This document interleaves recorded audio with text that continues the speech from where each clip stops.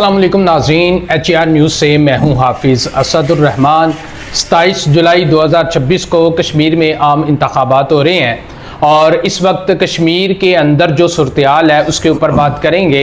इसके साथ साथ पाकिस्तान के अंदर बलूचिस्तान के जो मौजूदा हालात हैं, जिस तरीके से अभी एक ऑपरेशन का भी आगाज़ किया गया है और ऐसी क्या वजूहात हैं कि बलूचिस्तान के अंदर ऑपरेशन का आगाज़ करना पड़ा और मौजूदा जो हालात है, जिस तरीके से हमारी पाक फ़ौज के कुछ जो नौजवान हैं वो भी शहीद हुए, इसके ऊपर भी बात करेंगे। और इसके साथ साथ ईरान और अमेरिका के दरमियान दोबारा से जो जंग है वो शुरू हो गई है। ऐसी क्या वजूहात हैं कि चंद दिनों के बाद जो डायलॉग्स थे वो ख़त्म हो गए, दोबारा जंग की तरफ ये जो माहौल है वो जा रहा है। ये तमाम जितने भी मौज़ूआत हैं इनके ऊपर बात करने के लिए हमेशा की तरह मेरे साथ प्रोफेसर वसीम राजा साहब मौजूद हैं।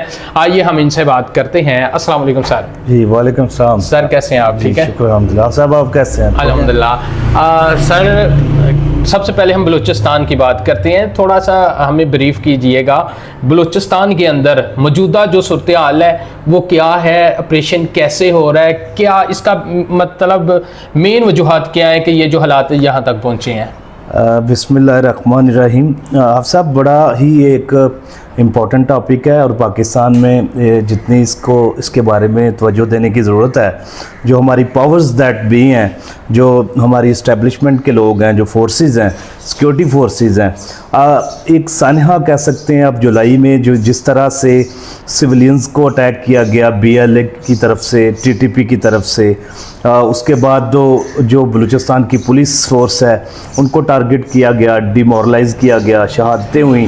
और उसके बाद जो बेला में 8 जुलाई को जो हमारी जो सिक्योरिटी फोर्सेस पे हमला हुआ, तो अभी तक जो DG ISPR की प्रेस कॉन्फ्रेंस में भी आपने देखा कि उन्होंने बताया कि 42 के करीब जो हैं शहादतें हो चुकी हैं, जिसके जवाब में एक ऑपरेशन शबान भी लॉन्च किया गया है। और अभी तक बताया जा रहा है कि रिपोर्ट्स 54 के करीब जो दहशतगर्द हैं उनको हलाक किया गया है।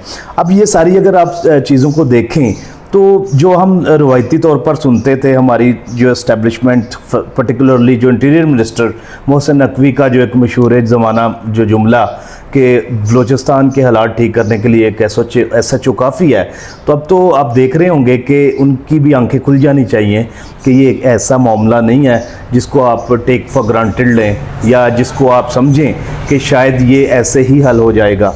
पाकिस्तान को ज़रूर इंटरनेशनल जो प्लेटफॉर्म पे जो है एक्टिव होना चाहिए।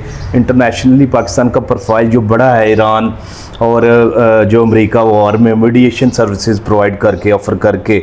लेकिन देखें वो जो कहते हैं ना फ्लीटिंग मोमेंट्स ऑफ लाइमलाइट, वो जो एक थोड़ी देर तक जो आपको एक पॉपुलैरिटी मिलती है, उसमें जो आप जब एक कहते हैं ना नज़रों में आ जाते हैं, तो in the same way Pakistan का जो इंटरनेशनल प्रोफाइल बड़ा है, तो इंडियंस ने उसको जो है ना बड़ा दे आर ऑफेंडेड। वो समझते हैं कि जो पाकिस्तान जो है एक छोटा सा मुल्क है जिसकी जो है इकॉनमी भी हमसे कई गुना छोटी है और इंटरनेशनल लेवल पे उनकी इतनी पजीराई है, मेन स्ट्रीम मीडिया पे उनको किस तरह पोर्ट्रे किया जा रहा है। पाकिस्तान के प्राइम मिनिस्टर उस दिन से जहाज़ से नहीं उतरे, तो उनको चाहिए कि वो जहाज़ से उतरे और देखें they need to get their own house in order. अपने घर में जो हालात हैं पहले उनको दुरुस्त करने की ज़रूरत है। अब देखें जो रवायती तौर पर एक जो पॉलिसी या जितने भी सिक्योरिटी एक्सपर्ट्स हैं, तजीज़िया निगार हैं, वो कहा करते थे कि बलूचिस्तान के लोगों को उनके हकूक़ देने की ज़रूरत है, उनको सहूलियात देने की ज़रूरत है। बलूचिस्तान की जो गैस पंजाब के किचन्स में पहुंचती है और वहाँ के लोग जो है लकड़ियाँ जला रहे हैं, तो उनको पहले गैस दें, सड़कें बनाएं, रोड्स बनाकर, स्कूल कॉलेजेस। अब देखिए बात उससे आगे निकल गई है। अब जितने लोग इंडिया के, इजराइल के, TTP के, BLA के इन्फ्लुएंस में चले गए हैं, दे आर हार्डेंड जो है फाइटर्स, हार्डेंड क्रिमिनल्स। सर, अभी हमने ना कुछ दिन पहले देखा कि जैसे डॉक्टर मार्गन बलोच को सज़ा हुई, उसके ऊपर हमारे ही कुछ लोग थे जो उस सज़ा को बुरा कह रहे थे, इस तरह नहीं करना चाहिए। उसके बाद जिस तरीके से हमारे पाक अफवाज के जो नौजवान हैं उनको शहीद किया गया, जिस तरीके का मामला हुआ भी आपने भी एक्सप्लेन किया है। तो सर, इन हालात के बाद जो लोग BLA, TTP या दीगर जो चीज़ें उनको जो सपोर्ट कर रहे हैं, क्या उनके खिलाफ भी शिकंजा जो है वो आना नहीं चाहिए? नहीं, देखिए जो एक ग्रेट गेम का हिस्सा है। अब जो इंडियन इंटेलिजेंस, इससे पहले आपने सुना होगा कि जो Indian national security adviser Ajit Doval हैं, वो उनकी एक जो है डॉक्ट्राइन है जिसके मुताबिक वो कहते हैं कि जो हम पाकिस्तान को सबक सिखाने के लिए ये जो कश्मीर में हमें इनकी जो पॉलिसी है, पाकिस्तान की पॉलिसी है जो कश्मीर में अगेंस्ट इंडिया 1000 कट्स की, कि हम इंडिया को ब्लीड करेंगे गुरिल्ला वार के ज़रिए छोटे छोटे अटैक्स करने के लिए, उस टैक्टिक्स को, उस डॉक्ट्राइन पाकिस्तान की को वो पाकिस्तान के ख़िलाफ़ जो अब आज़ाद कश्मीर में और बलूचिस्तान में वो इस्तेमाल करना शुरू हो गए हैं। अब पाकिस्तान को ज़रूरत है कि अब इस चीज़ को जो है ना पूरे फोकस के साथ, तहम्मुल के साथ, अब आप you need to take this issue on 2 fronts. Number 1, जो रवायती तौर पर तमाम तजिज़िया निगार कहते आ रहे हैं कि अब वहाँ के लोगों को आप अपने साथ मिलाएं, उनको ऑन बोर्ड लें, सहूलियात दें, उनके ज़ख्मों पर मरहम रखें। अब ये एक इसका जो है डायमेंशन है। दूसरा डायमेंशन इसका ये है कि जो लोग आपके इन्फ्लुएंस से चले गए हैं, जो इंटायर पाकिस्तान हो गए हैं, जो पाकिस्तान की जो दुश्मन फोर्सेस के साथ मिल गए हैं, अब उनको आप रिहेबिलिटेट नहीं कर सकते। स्टेट ने उनके साथ अब आयरन हैंड के साथ लड़ना होगा। स्टेट के पास अब कोई ऑप्शन नहीं है। अब उनको वापसी का, they are at a point of no return. अब वो ऐसे पॉइंट पे पहुंच गए हैं कि वो वापसी अब मुमकिन नहीं है। अब आपने जो लोग, आपकी यूथ है जो रह गए हैं, उनको आप अपने साथ मिलाएं, उनके ज़ख्मों पर मरहम रखें, और जो चले गए हैं उनके साथ, वो कहते हैं ना कि जो फाइट टॉक टॉक, अब वो वाली जो है जो अब स्ट्रेटजी की ज़रूरत है कि जो स्टिक एंड कैरेट पॉलिसी की ज़रूरत है कि जो लोग बाकी जो कॉमनर्स हैं, सिविलियंस हैं, आप उनको साथ ऑन बोर्ड लेकर चलें, और जो बैटल हार्डेंड फाइटर्स हैं उनको आप जो है उनके साथ फाइट करें। ठीक हो गया सर। एक तरफ हमारे बलूचिस्तान की ये सूरत हाल है, दूसरी तरफ अगर हम देखें कि जैसे कश्मीर के अंदर प्रोटेस्ट हो रहा है, 27 जुलाई 2026 को उसके इलेक्शन है, कश्मीर के जो लोग हैं वो वहाँ पर बैठे हुए हैं, प्रोटेस्ट कर रहे हैं मुहाजिरीन की 12 सीटों के ऊपर। तो सर क्या समझ रहे हैं आप कि एक तरफ हमारे मुल्क के अंदर वो है, दूसरे पास इधर प्रोटेस्ट कर रहे हैं, तीसरी जानिब एक सियासी जमात को इलेक्शन का उसने बाइकआउट कर दिया, कश्मीर के इलेक्शन का। तो इन तमाम जितने भी हालात हैं, इनको आप क्या समझते हैं कि इस वक्त क्या डंडा ज़रूरी है या मुज़ाकरात ज़रूरी है, मुज़ाकरात करके कश्मीर के लोगों के साथ डीलिंग की? मैं तो बल्कि यही मेरे माइंड में चल रहा था कि बल्कि आप तो खुद जो कश्मीर के इलेक्शंस को आजकल कवर कर रहे हैं प्रॉपरली, तमाम कैंडिडेट्स को, तो मैं आपसे बल्कि चाहूँगा कि आप इस पर जो आप अपनी कवरेज और एक्सपीरियंस के हवाले से बताएं कि जो कश्मीर के क्या प्रॉस्पेक्ट्स हैं, और जो धरने और हड़तालों का सिलसिला है कश्मीर में, अब उसकी क्या सिचुएशन है उधर? सर बिल्कुल इसी तरह है कि जैसे 27 जुलाई को इलेक्शन का ऐलान किया गया था, और जो कश्मीर के वहाँ के लोग हैं ना, वो ये चाह रहे हैं कि जो 12 मुहाजिरीन की सीटें हैं पाकिस्तान के अंदर, जो यहाँ से 12 जो कैंडिडेट हैं सिलेक्ट होके जाते हैं, उनका ये मेन मोटिव कि भाई ये सीटें ख़त्म की जाएं। उसकी वजह यह है कि इन लोगों की वजह से वहाँ कश्मीर में जो हुकूमत है वो तब्दील कर दी जाती है। वो कहते हैं इनको फ़ंड भी मिलते हैं, ये जाके पाकिस्तान में अपने हलकों में खर्च करते हैं, हालांकि वो कश्मीर के पैसे हैं। इसी तरीके से मज़ीद उनके कुछ तहफ़्फ़ुज़ात हैं जिनको सामने रखते हुए वो प्रोटेस्ट कर रहे हैं। अब वो प्रोटेस्ट इतना बढ़ता जा रहा है कि वहाँ पर अगर कोई भी किसी भी जमात का कैंडिडेट बाहर निकलता है, जाके कंपेन करने की कोशिश करता है, तो वो लोग रास्ते में आ जाते हैं, उसके ऊपर पथराव करते हैं, उसके काफ़िले को रोकते हैं। अभी साबिक जो वज़ीर आज़म हैं उनके काफ़िले को रोका, उनके ऊपर भी तशद्दुद हुआ। इसी तरह पाकिस्तान पीपल्स पार्टी के एक रुकन है, उनको भी रोका गया, फिर उनको जो है उनके ऊपर भी तशद्दुद हुआ। मतलब पुरतशद्दुद वाक़यात जो हैं अब वो सामने आ रहे हैं। इस वजह से वो लोग कह रहे हैं भाई ना, जब तक हमारी जो डिमांड है उसके ऊपर अमल नहीं किया जाएगा, हम इलेक्शन नहीं होने देंगे। अब इसी चीज़ को सामने रखते हुए अभी कल ही जो एक नोटिफिकेशन है वो सामने आया है जी, मज़ीद जो रेंजर है, रेंजर के 7 विंग्स हैं, इनको तलब किया गया है। FC के 4000 मजीद जो अहलकार हैं उनको भी फिर अब तैनात वहाँ पर किया गया, ताकि क्योंकि वहाँ की हुकूमत का और पाकिस्तान का ये कहना है कि भाई जो 27 जुलाई को इलेक्शन है वो हर हाल में होंगे, और वहाँ पर ये जो लोग हैं जिस तरीके से वो एक जत्था उठ के तो पूरे सिस्टम को हैंग करने की कोशिश कर रहा है, उनके साथ भी आनी आदतों से निपटा जाएगा। इस तरीके से वहाँ पर कार्रवाई की जा रही है। दूसरी अगर मैं बात करूँ जो मुहाजिरीन की सिटी हैं, ये जिस हल्के में हम बैठे हैं ये LA-35 जम्मू 2 है और यहाँ पर PTI ने क्योंकि बाइकआउट किया हुआ है, इस हल्के में इस वक्त दो जो है स्ट्रॉन्ग कैंडिडेट हमें नज़र आ रहे हैं। एक तो है जी चौधरी इस्माइल साहब जो मुस्लिम लीग नून से उनका तल्लक है और लास्ट टाइम भी कुछ अर्सा के लिए वो सीट उनको मिल गई थी, फार्म 47 कह लें या इस तरीके से। इनका मुकाबला था चौधरी मकबूल गुज्जर के साथ। अब जो चौधरी मकबूल गुज्जर है उनका पाकिस्तान तहरीक इंसाफ से तल्लक था। इस दफ़ा पाकिस्तान तहरीक इंसाफ ने बाइकआउट किया है। चौधरी मकबूल गुज्जर साहब हैं वो बिल्कुल इलेक्शन से आउट हैं। स्ट्रॉन्ग कैंडिडेट LA-35 में हमें इस वक्त चौधरी इस्माइल नज़र आ रहे हैं और जो मुस्लिम लीग नून के हैं। इसी तरह LA-36 की अगर बात करें जो तहसील सियालकोट है उसमें भी इस वक्त दो कैंडिडेट बहुत आगे हैं। PTI तो खैर आउट होगी अभी तक इलेक्शन से।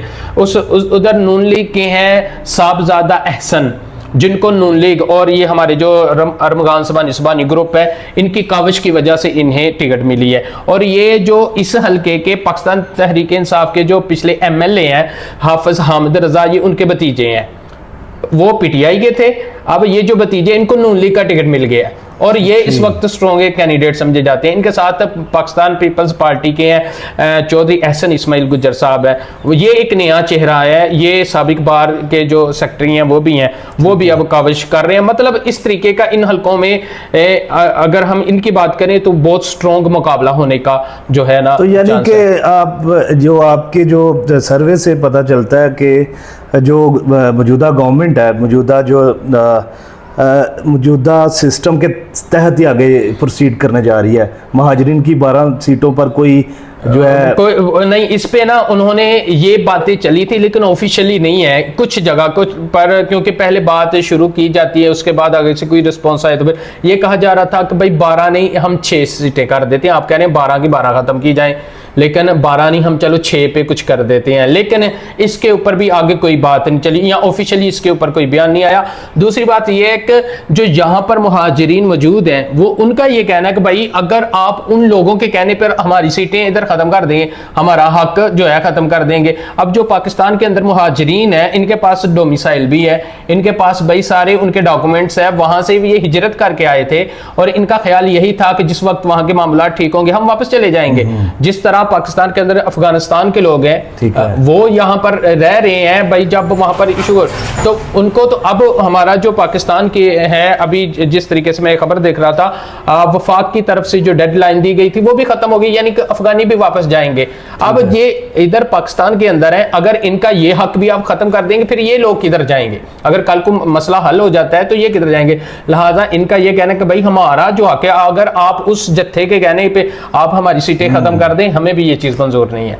बिल्कुल, जो हमारी गवर्नमेंट है उनका ये नुक्ता मानना ये है कि अगर एक जो ग्रुप की डिमांड पे आज हम ये चीज़ ख़त्म करेंगे तो कल वो एक नई डिमांड के साथ सामने आ जाएंगे। इसी तरह जो हमारे बाज हमने देखा है वज़रा है पाकिस्तान के, उन्होंने कहा यार अगर आप लोग ये चाहते हो ना कि तरमीम ये सीटें खत्म, तो इस तरह सड़क रोक के लोगों को डिस्टर्ब करके जो रोज़मर्रा ज़िंदगी के मामलात है उनको हैंग करके आप लोग अपने मुतालबात नहीं मनवा सकते। अगर आपने अपने मुतालबात मनवाने हैं उसके लिए भाई आप असम्बली में आओ, आपके पास एक रास्ता है, आप इलेक्शन लड़ो, आपको कैंडिडेट सेलेक्ट करते हैं, आपको सेलेक्ट करते हैं, आप आओ 2/3 मेजोरिटी लेके आओ, आप तरमीम कर दो, फिर आके खत्म कर दो। ये तो नहीं है कि आप डंडे लें जाके रास्ता बंद कर दे, पूरा शहर ब्लॉक कर दें इस तरीके से। साहब अब हमारी जो गवर्नमेंट को तो अब काफ़ी महाजों पे बड़े सख्त चैलेंजेस का सामना है, जिस तरह आज़ाद कश्मीर में, बलूचिस्तान में और उधर जो इज़राइल अमेरिका जंग के हवाले से भी पाकिस्तान ने जो बड़ी दौड़ भाग करके मीडिएशन की, उसके हवाले से बात कर लेते हैं। बिल्कुल आखिरी सर उस पे यही बल्कि मैं आपसे पूछता हूँ आपकी नज़र है इस पे कि ये ऐसा क्या हुआ? अभी हमने खुशियाँ मनाई, जश्न किया, पाकिस्तान ने सालसी का किरदार अदा किया है, उस वो जो खुशियां थी अभी ठंडी नहीं हुई, अमेरिका ने दोबारा हमला कर दिया, इसको कैसे देख रहे हैं? देखिए, ये बड़ा समझना बड़ा ज़रूरी है कि वो फ़ारसी में वो कहते हैं ना कि अगर आप जो आपको अगर कोई हीरा मिल रहा हो तो आप किसी लॉलीपॉप के लिए वो हीरा नहीं छोड़ते। तो ईरान को इस जंग में वो जो एक न्यू फाउंड उनकी एक जो एसेट है ना, पहले वो समझते थे शायद दुनिया इंटरेस्टेड इसमें है कि ईरान कहीं न्यूक्लियर वेपन हासिल ना कर रहे, जौहरी हथियार हासिल ना कर ले, तो उन्होंने उस पर हमले किए। अब उस जंग में आज तक तो हम थ्योरेटिकली सुनते आ रहे थे कि एक बड़ा नैरो पैसेज है, पूरी दुनिया की एक जो है चौथाई जो है गैस और ऑयल वहाँ से गुजरता है। तो लेकिन जब प्रैक्टिकली ईरान को भी अब रियलाइज़ हुआ कि वो जियोग्राफिकली जो है खित्ते में कितनी इंपॉर्टेंस रखते हैं। जब उन्होंने स्ट्रेट ऑफ हार्मुज को ब्लॉक किया, जब पूरे अरब कंट्रीज़ की जो एक्सपोर्ट्स हैं ऑयल की और बाई प्रोडक्ट्स की, गैस की, कतर की, सऊदी अरेबिया, कुवैत वगैरह की, तो जब उनको पता चला कि ये तो वाकई में बड़ा कारगर हथियार है, हमें तो न्यूक्लियर वेपन्स की तो ज़रूरत ही नहीं है, हम दुनिया की इकोनॉमी को यहाँ से चोक कर सकते हैं। अब उस MOU में तो यही था कि अगले 60 दिन तक जो है ना ईरान के जो तय करदा जो रूल्स हैं, जो रेगुलेशंस हैं, उसके मुताबिक यहाँ से जो ना ट्रैफिक गुजरेगी। अब अमेरिका ने बड़ी चालाकी से काम लेते हुए सऊदी अरब के साथ मिलकर, कतर के साथ मिलकर, ये जो है अमान के साथ साथ, साहिल के साथ साथ